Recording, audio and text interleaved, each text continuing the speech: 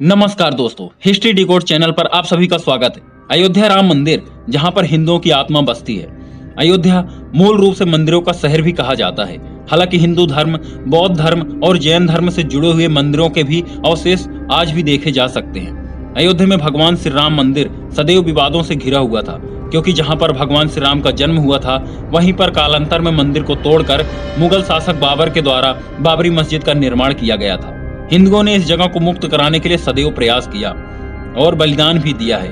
आज हम इस अयोध्या से जुड़े हुए सभी तत्वों की हिस्ट्री डिकोड करेंगे, लेकिन उससे पहले अगर आप नए व्यूअर हैं तो चैनल को सब्सक्राइब करें और बेल आइकन को प्रेस करें, जिससे आने वाली नई वीडियो की जानकारी आप तक सबसे पहले पहुंचे।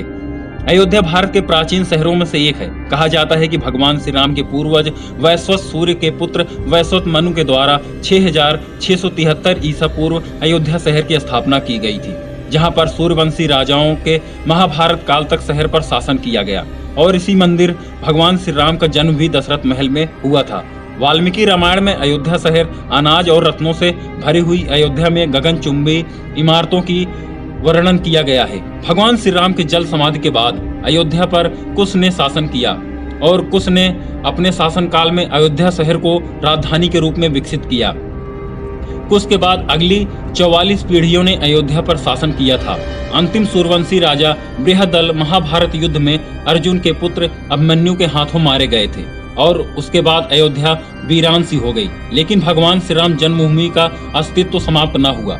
इसके बाद लगभग 100 ईसा पूर्व उज्जैन के चक्रवर्ती सम्राट विक्रमादित्य एक दिन शिकार खेलते हुए अयोध्या आए थे और वहीं पर विश्राम करने लगे। और विक्रमादित्य को भूमि में कुछ चमत्कार दिखे और उन्हें कुछ चमत्कारिक शक्तियों का भी आभास हुआ। और आसपास साधु संतों से पता चला यहाँ पर भगवान श्री राम की जन्मभूमि है और उनके द्वारा भव्य मंदिर का निर्माण किया गया। साथ साथ कुएं, तालाब, महल आदि भी बनवाए गए।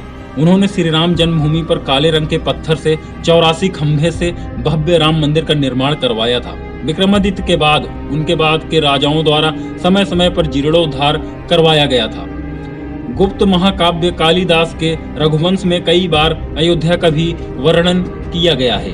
इतिहासकारों के अनुसार 600 ईसा पूर्व तक अयोध्या एक महत्वपूर्ण व्यापारिक केंद्र था और उसके बाद बौद्ध धर्म के समय अयोध्या के साकेत नाम से भी जाना जाता था। ऐसा कहा जाता है चीनी यात्री जुआन जोंग की 7वीं शताब्दी में यहाँ आया था और उसके अनुसार यहाँ पर 20 बौद्ध मंदिर और 3000 बौद्ध भिक्षु यहाँ पर रहते थे। और यहाँ पर एक भव्य राम मंदिर था जिसे देखने के लिए हजारों भक्त आते थे।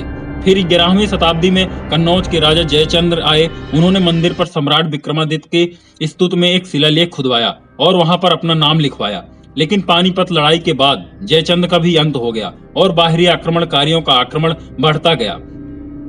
आक्रमणकारियों ने काशी, मथुरा, अयोध्या को खूब लूटा और पुजारियों की भी हत्या की, साथ में मंदिर को भी तोड़ा और निरंतर ऐसी प्रक्रिया जारी रखी।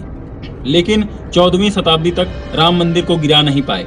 सिकंदर लोदी के शासनकाल तक यह मंदिर वहां पर मौजूद था।